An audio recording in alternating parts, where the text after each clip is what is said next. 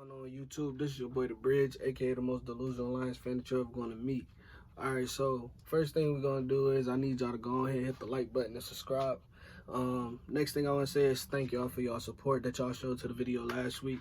I did get a lot of feedback from you guys, and I appreciate it, because that also helps with the channel, not just y'all hitting the like button and subscribing and stuff, but when y'all give me feedback like, hey bro, like I agree with what you said, or hey bro, like you was wrong right here, I think this what they should do, because y'all open up my eyes to different things that I didn't even think about, because at the end of the day, we all fans, we all care about the Lions, so we not gonna agree with everything that each other say.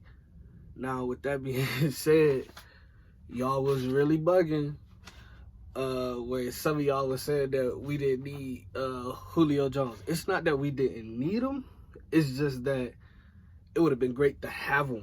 You feel me? Like, so if y'all was to say man, I could care less if we got him or if we didn't get him, then I can agree with that. But when some of y'all was hitting me up like, hey bro, Julio trash, he burnt, ooh, like it's no use for him. I look at that and I say, well, who on our receiving core got that type of experience, got that type of hands, foot control, like it's just, man, like the guys, he's really good. We could have definitely used him. He's gone to the Titans, so that is what it is. And my thing is, I like our receiving core that we have, but I really feel like we need a good receiver, man. We need like a good veteran receiver. Like, I really feel like that's something that we lacking. Like, we really need that. All right, but today's video isn't about receivers or about Julio Jones, about none of that. Today's video is about why I feel like the Lions are in a great space, and this has everything to do with the coaches. Now, when you look at the coaches that the Lions have, a lot of names might not jump off the page for you or whatever, but when you actually do a little research and you look at these guys' resume and their history, one, we got a lot of coaches that were players, and they might have not been the best players, but they were professionals for a good amount of time. All right, so of course we all know Dan Campbell. He played for the Giants. Yeah, I think Giants, played for the Cowboys, and then he played for us. He played for the Lions. He was a part of that team where they didn't win any games. Yes, he was. All right, but he wasn't coaching it, so we got to go ahead and let that go. All right, the next guy I wanted to really highlight and want people to think about is the assistant coach. And that's, what's his name? Deuce Staley. Yeah, Deuce Staley. All right, now this guy, me personally, I never heard of him. I didn't watch him when he played. I wasn't following him as a coach when he was coaching, but he's with the Lions now. So yes, I do my due diligence and I checked him out. And what I found out about this guy was he a Super Bowl champ as a player and a coach. He a Super Bowl champ as a player and a coach. And we need that atmosphere.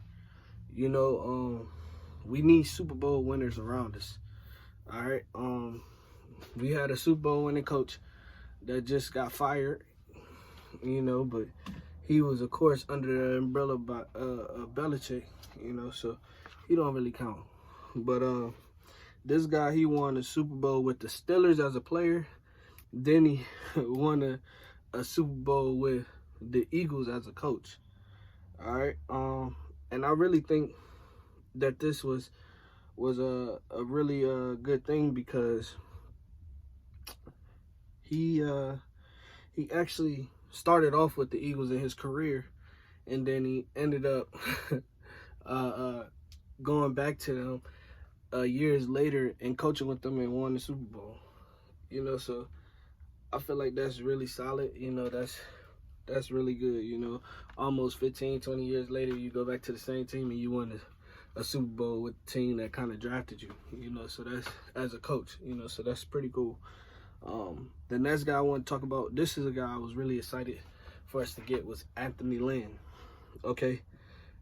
Now, a lot of y'all might not agree with this, but me personally, I feel like Anthony Lynn is the most important piece of this whole coaching staff.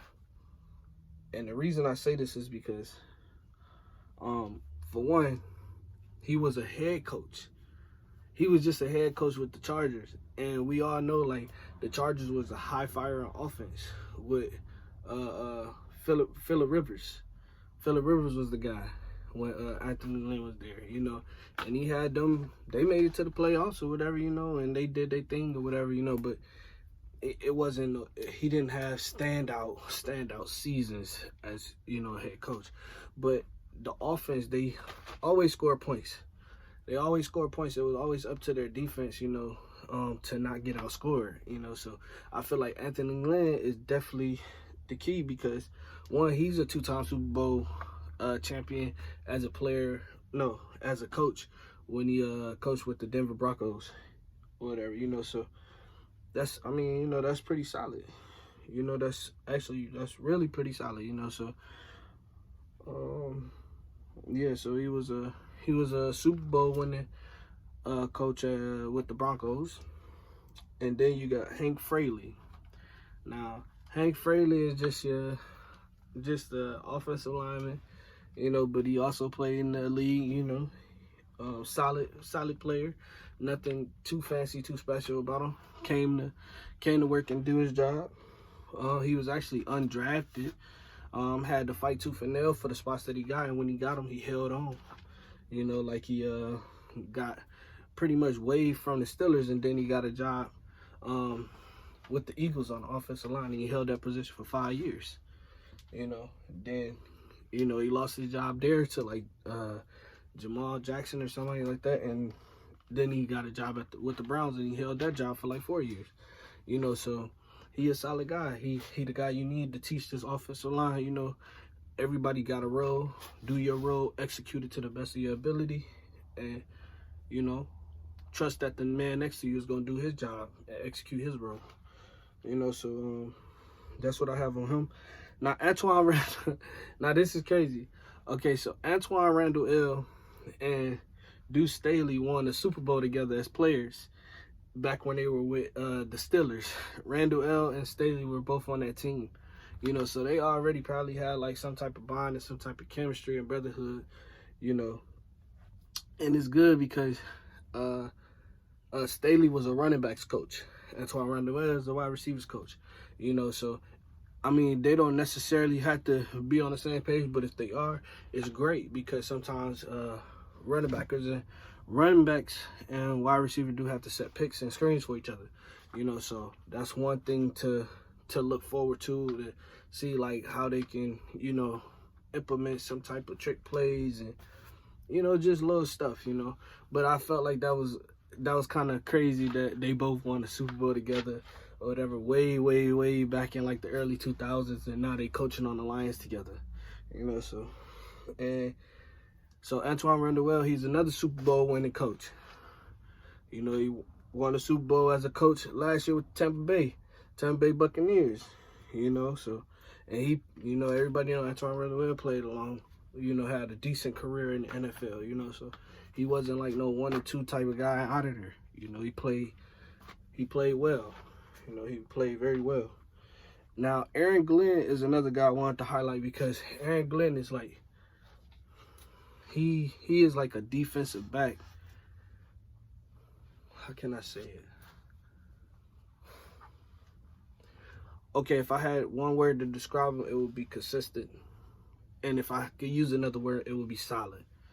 So consistent and solid. So basically what I'm saying is he played for 15 years in the NFL. Played for 15 years as a defensive back. That should say a lot. 15 years as a defensive back.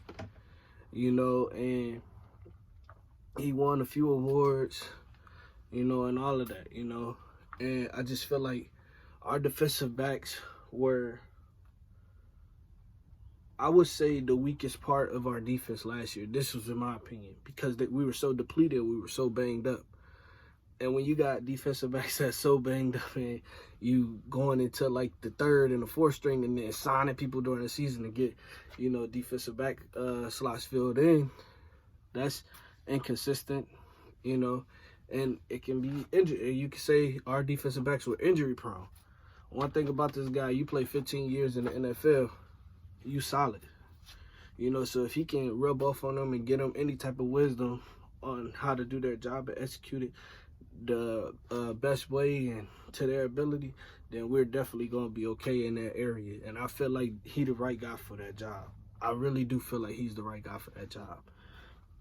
And the last guy I want to talk about, we got a lot of coaches on our staff that I'm super impressed with, but these were just the ones that stood out to me. The last one is, of course, Shepard. Now, y'all know Shepard played for the Lions. Wasn't really a standout type guy when you look at him, but you know he's solid. You know, and I feel like him recently playing for us and playing in the league, you know, I feel like he'd definitely have a lot of wisdom to show the defensive ends that we have changing to that outside linebacker position, which is Aquera and